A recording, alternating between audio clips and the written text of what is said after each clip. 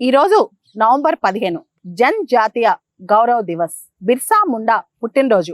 ఈ రోజుకు ఇంకో స్పెషాలిటీ ఉంది. సరిగ్గా ఇదే రోజున 150 సంవత్సరాల క్రితం 1875వ సంవత్సరంలో బిర్సా ముండా ప్రస్తుతం ఉన్న జార్ఖండ్ ప్రాంతంలో పుట్టారు. ఆయన చాలా గొప్ప ట్రైబల్ లీడర్.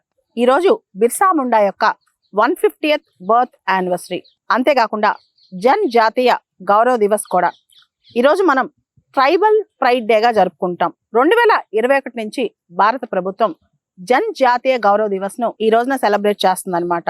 ముఖ్యంగా ట్రైబల్ హీరోస్ ఎవరైతే ఉన్నారో వాళ్ళని హానర్ చేసేందుకు, ఇండియన్ ఫ్రీడమ్ స్ట్రగుల్లో ట్రైబల్స్ యొక్క పాత్రని కొనియాడేందుకు, అన్నిటికన్నా మించి అదే టైంలో అంటే 18th century 19th century beginning of the 20th century ఈ ప్రాంతంలో ట్రైబల్స్ అందరూ కూడా యాంటీ కలోనియల్ స్ట్రగుల్, బ్రిటిష్ ప్రభుత్వానికి వ్యతిరేకంగా ఏ విధంగా పోరాడారు, దాంతో పాటు ల్యాండ్ రైట్స్, ఫారెస్ట్ రైట్స్ కోసం, భూ హక్కుల కోసం, అటవీ సంరక్షణ కోసం, అడవి హక్కుల కోసం వాళ్ళు ఏ విధంగా పోరాడారు, దాంతో పాటు ట్రైబల్స్ యొక్క కల్చర్, వాళ్ళ యొక్క సంస్కృతిని కాపాడుకోవడం కోసం వాళ్ళు ఎంత కష్టపడ్డారు, వీటన్నిటి కోసం ఈ డేని నవంబర్ 15ని జన్ జాతీయ గౌరవ్ దివస్ గా జరుపుకుంటాం. వాటన్నిటిని ఈరోజు గుర్తు తెచ్చుకుంటాం అనమాట.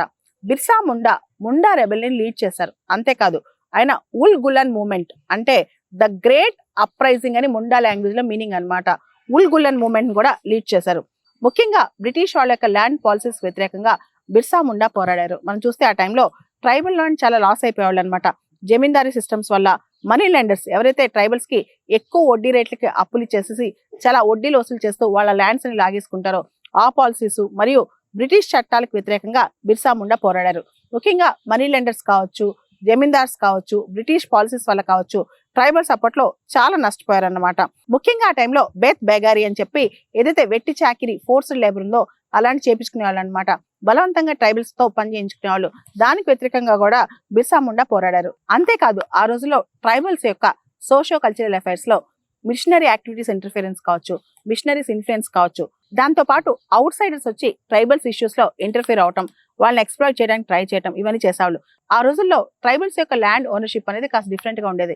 దాన్ని కూంత్ కట్టి అనేవాళ్ళు అనమాట. Clan based land ownership. దానికి వ్యతిరేకంగా బ్రిటిష్ వాళ్ళు పాలసీస్ చేయడం ఇవన్నీ చేసేవాళ్ళు. బిర్సా ముండాని ధర్తీ ఆబా అని పిలిచేవాళ్ళు. ఫాదర్ ఆఫ్ ఎర్త్ అనమాట. ఈ భూమికి తండ్రి వంటి వాడు అని అర్థం అనమాట.